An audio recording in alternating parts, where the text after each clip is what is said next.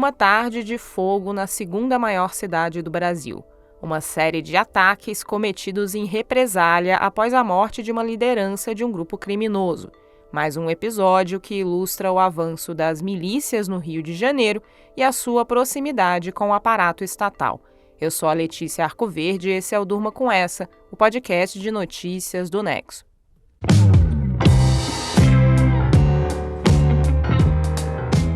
Olá, eu sou a Aline Pellegrini e estou aqui com a Letícia para apresentar esse podcast que vai ao ar todo começo de noite, de segunda a sexta, sempre com notícias que podem continuar a ecoar por aí.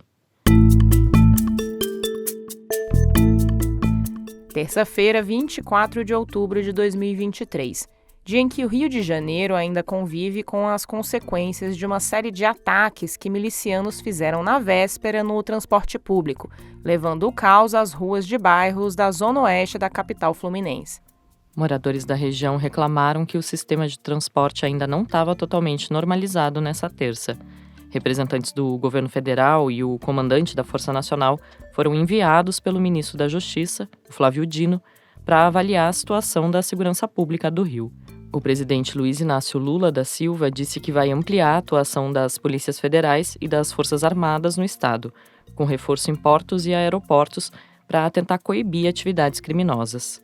Na tarde de segunda-feira, 35 ônibus, um trem, vários caminhões e uma estação de BRT foram incendiados na zona oeste do Rio. Foi o dia em que mais coletivos foram queimados na história da cidade. A população da região teve dificuldade de voltar para casa, alunos ficaram ilhados em escolas por medo. Vias foram fechadas e a cidade entrou em estágio de atenção, o terceiro nível numa escala de 5 alertas para riscos de segurança ou outros tipos no município. Minha orientação é para toda a força do Rio de Janeiro na rua, viaturas, carros, blindados, helicópteros, drones, tanto da Polícia Civil quanto da Polícia Militar, a administração penitenciária também com nível máximo de cuidado, de alerta, e até está totalmente estabilizado. Você ouviu aí o governador Cláudio Castro falando a jornalistas nessa terça-feira sobre a mobilização das forças de segurança do Rio nesse dia seguinte à tarde de caos que a cidade viveu. O político eleito pelo PL também disse que 6 pessoas que tinham sido detidas no dia anterior e seguem presas seriam indiciadas por terrorismo e pediu o endurecimento das leis para lidar com casos assim. Desde segunda-feira, o Cláudio Castro, que como governador é responsável pela segurança pública do estado, tem falado sobre endurecer o combate ao crime organizado no Rio em resposta aos ataques. Ele, inclusive, citou pelo nome algumas das lideranças criminosas que disputam territórios na zona oeste do Rio, alguns dos quais estariam por trás dos ataques. As ações da tarde de segunda-feira foram desencadeadas pela morte de um miliciano chamado Matheus da Silva Rezende, que foi morto no início do dia durante um confronto com a Polícia Civil. Também conhecido como Faustão, ele é sobrinho de um homem chamado Luiz Antônio da Silva Braga, ou Zinho, que chefia uma das principais milícias que atuam na Zona Oeste. Segundo a apuração de jornalistas que cobrem a área de segurança pública no Rio, o Faustão era o número 2 da organização chefiada pelo seu tio e vinha fazendo uma aproximação da milícia com o Comando Vermelho, a maior facção criminosa do Rio. O repórter Rafael Soares contou no jornal O Globo que os bairros onde os ônibus foram incendiados, como Santa Cruz e Campo Grande, são locais dominados por essa milícia ou nos quais a milícia disputa espaço com facções do tráfico de drogas, como o Comando Vermelho. A Zona Oeste do Rio teve um salto em número de crimes violentos em 2023, isso segundo um levantamento do Instituto Fogo Cruzado. Contando de janeiro até 20 de outubro, foram 241 homicídios na região, mais que o dobro do mesmo período de 2022. Como comparação, na zona sul do Rio, área onde ficam bairros como Ipanema e Copacabana, foram só 6 homicídios registrados nesse período em 2023. Os índices do Monitor da Violência, do site G1, colocam o estado do Rio na contramão do resto do país, com aumento no número de assassinatos no primeiro semestre do ano, enquanto a média nacional é de queda.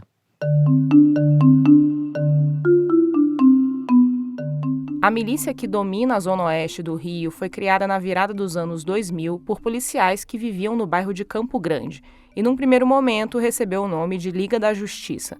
As milícias são grupos paramilitares que surgem com a intenção de controlar serviços nessas regiões, como o transporte alternativo, forçando o pagamento de taxas da população e usando como pretexto para a dominação territorial o enfrentamento ao tráfico de drogas.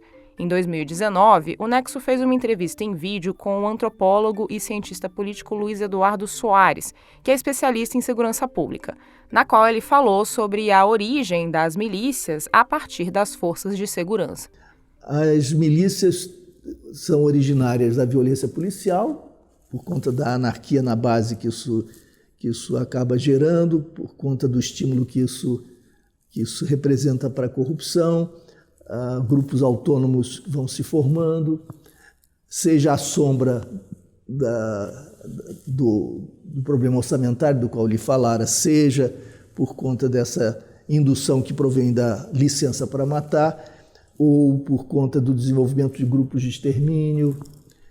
Há uma série de fatores confluentes que acabam se convertendo nesse fenômeno que nós chamamos de milícias. São grupos de policiais que atuam em determinados territórios, hoje já representam um poder muito maior do que o do tráfico de drogas. Eles se impõem sobre as comunidades, taxando todas as atividades econômicas em curso. Além da proximidade com forças de segurança, as milícias também têm uma relação próxima com a política. Os 2 primeiros chefes da Liga da Justiça chegaram a ocupar cargos parlamentares na cidade e no estado do Rio. Ao longo do tempo, a chefia do grupo foi passando de policiais e ex-policiais para pessoas mais ligadas a facções de tráfico de drogas. Investigadores dizem que hoje no Rio não dá mais para fazer uma distinção entre milícia e traficante, porque os grupos atuam de formas muito parecidas e às vezes em conjunto.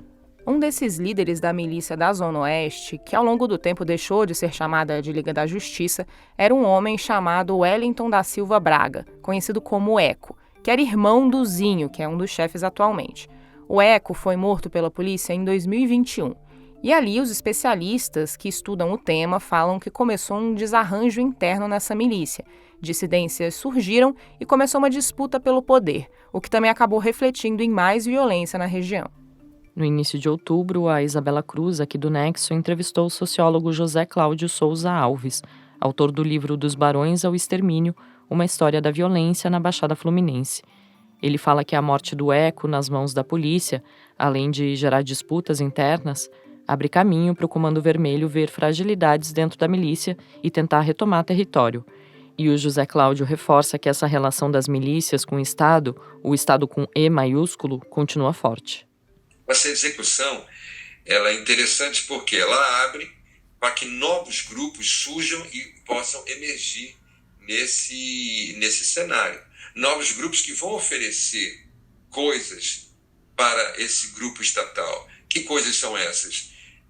Todos os tipos de acordos possíveis, de controle territorial, como já falei, de grana, de controle eleitoral, de possibilidades de exploração de várias áreas, por parte, né, dos bens que a natureza oferece, de relações de exploração dos vários territórios aonde esses negócios ilegais se estabelecem, enfim. Perfeito. É um universo muito grande de interesse que está em jogo. Perfeito. E principalmente de grupos políticos que estão ali disputando essas áreas. Essa conversa da Isabela Cruz com o José Cláudio Souza Alves tinha como tema principal um ataque armado a 4 médicos num quiosque da praia da Barra da Tijuca, no dia 5 de outubro. 3 das vítimas morreram, entre os quais o irmão da deputada federal Sâmia Bonfim. O caso ainda está sendo investigado, mas a principal hipótese é que o crime tenha sido uma execução cometida por engano numa disputa entre milícias acompanhada pelo Comando Vermelho. A Polícia Civil Fluminense acha que uma das vítimas foi confundida com o filho de um miliciano. Os suspeitos do crime morreram também, e a principal suspeita é de que tenham sido executados pelo Comando Vermelho após o erro e a repercussão do crime. O uso indiscriminado da violência pelos grupos, seja da milícia ou de traficantes, e a inação do poder público diante desse uso, que ficaram explícitos nesse caso, foram descritos pelo pesquisador como um microcosmo do universo do crime no Rio de Janeiro. Um estudo feito em parceria pelo Instituto Fogo Cruzado e a Universidade Federal Fluminense, publicado em setembro de 2022, mostrou que, em 16 anos, as milícias cresceram quase 400% na região metropolitana do Rio de Janeiro. Esse levantamento estima que 10% de toda a extensão da região está sob controle dos milicianos, o que representa metade de todo o território submetido ao crime. Junto com a expansão da milícia nesse período, houve a ampliação do domínio de outros grupos criminosos, como o Comando Vermelho e o Terceiro Comando Puro. A área dominada por diferentes grupos criminosos hoje corresponde a 20% da região metropolitana do Rio.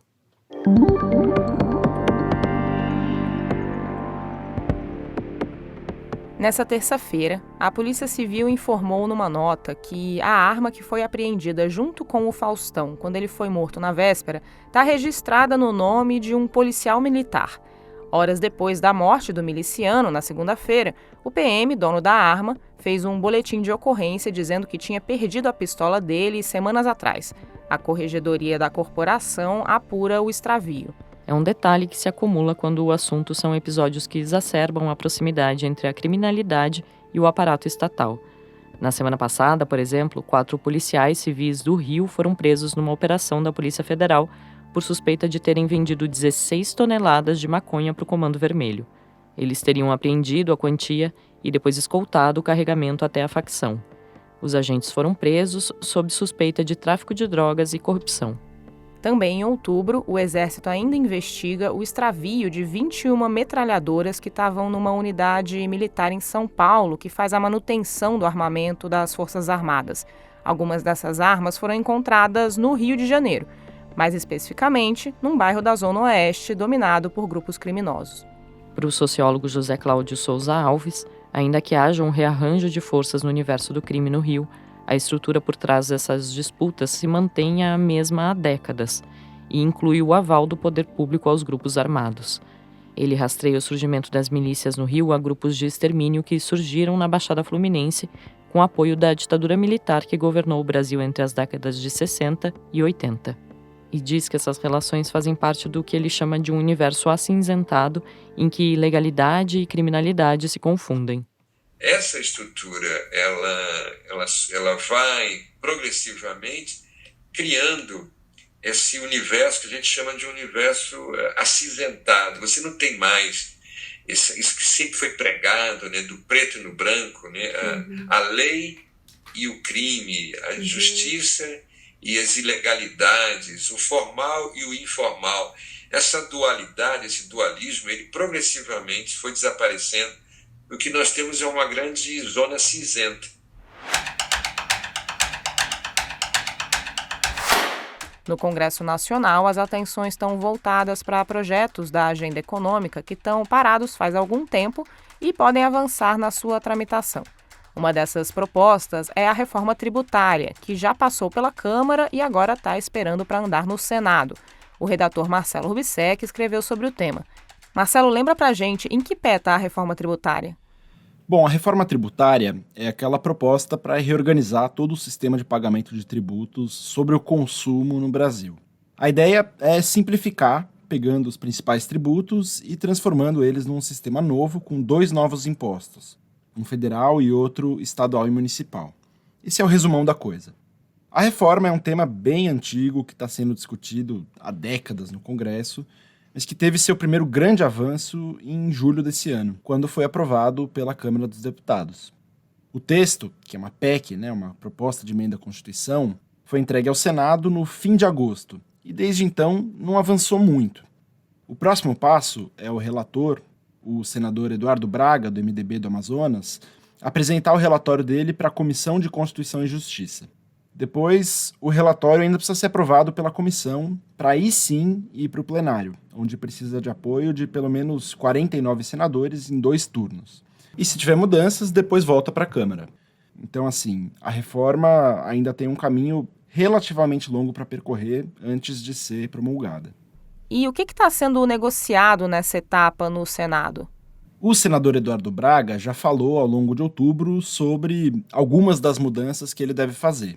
Elas incluem uma trava para a carga tributária do novo sistema, para não ficar mais pesada do que é hoje em dia, um aumento daquele fundo do governo para compensar os estados e municípios, uma nova faixa de alíquotas específica para profissionais liberais, algumas mudanças no órgão que vai gerir o dinheiro dos estados e municípios, enfim, entre outros pontos.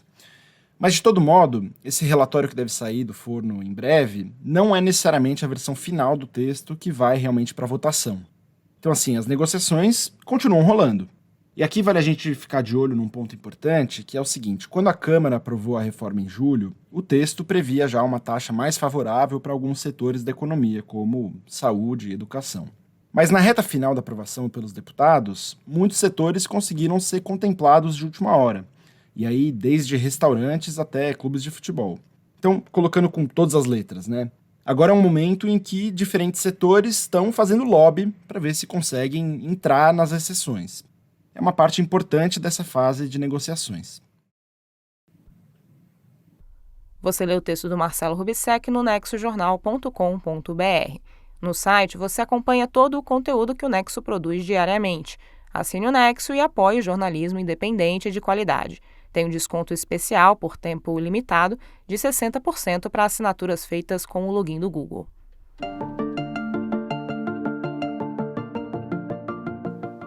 A torrente de conteúdo produzido por inteligência artificial está chegando à ciência e os cientistas estão um pouco preparados para enfrentar esse desafio. Esse é o tema da coluna que o Olavo Amaral escreveu esse mês na Ponto Futuro, editoria do Nexo que tem a ciência entre os temas de cobertura. Bom, muita gente tem se preocupado com a perspectiva de produção de conteúdo falso em escala industrial pela inteligência artificial. Na prática, é provável que nos próximos anos vai ficar cada vez mais difícil separar o que é produzido por humanos do que é produzido por algoritmos e o que é falso do que é verdadeiro e tal em muitas esferas. E ainda que pareça meio contra-intuitivo, eu argumentaria que a pesquisa acadêmica é uma das esferas bastante vulneráveis que a gente tem. Quer dizer, ao contrário da maior parte das atividades humanas, você pode pensar em aviação, medicina, engenharia, a pesquisa acadêmica evoluiu pouco aí em controle de qualidade sistemático nas últimas décadas. As pessoas ainda têm a expectativa completamente real de que a revisão por pares de um artigo científico, que é um relato indireto, geralmente meio enviesado aí do que acontece de fato na pesquisa e tal, vá dar conta de separar o joio do trigo. Mas a verdade é que esse sistema opera na base da confiança e na maior parte dos campos de pesquisa ninguém está checando de verdade se o que está escrito no artigo de fato corresponde à realidade. Porque a gente não tem um controle montado a nível de processo. Salvo raras exceções, ninguém bate na porta do seu laboratório para ver como é que as coisas estão indo ou exige um certificado de que os dados realmente foram coletados como foi descrito. E com isso, colocar um dado fabricado na literatura é muito fácil. Já tem empresas que operam com isso em escala meio industrial, produzindo artigos falsos aí para vender para quem precisa de currículos e colocar como autor. Isso se já é fácil hoje, só vai ficar mais fácil com modelos de linguagem que são já hoje plenamente capazes aí de criar um artigo convincente. E acho que isso vai abrir a porta para muita gente fora do mundo acadêmico entrar no ramo de produzir artigos falsos aí para dar suporte às suas visões, seja lá quais elas forem. E a gente tem que pensar em sistemas para resolver isso, o que começa, na verdade, pelo processo muito simples de tentar verificar se um artigo científico tem um lastro no mundo real. Se a gente consegue verificar se os autores, os laboratórios, os equipamentos realmente existem. Isso é simples, não é de outro mundo, e, de novo, existe no mundo lá fora. Quer dizer, quando você compra um biscoito no mercado, você sabe onde é que ele foi feito, e sabe que se ele está sendo vendido ali, provavelmente tem alguma entidade regulatória que bateu lá para fiscalizar e ver se estava tudo nos conformes. Não parece nada de outro mundo pedir isso para a pesquisa acadêmica, mas a gente tem que criar esses sistemas, e acho que, de fato, é algo que a gente deveria começar a se preocupar, dada a perspectiva aí de um dilúvio de conteúdo produzido por algoritmos em inúmeros campos, inclusive na ciência. Você pode ler a coluna completa do Olavo Amaral no nexojornal.com.br/ponto-futuro. Do domínio das milícias no Rio de Janeiro, passando pela análise da reforma tributária no Senado e terminando com os desafios que a inteligência artificial impõe para a ciência, durma com essa. Com roteiro, apresentação e produção de Letícia Arcoverde, edição de texto de Conrado Corsaletti, apresentação de Aline Pellegrini, participações de Marcelo Rubissec e Olavo Amaral e edição de áudio de Pedro Pastoriz, termina aqui mais um Durma com essa. Até amanhã!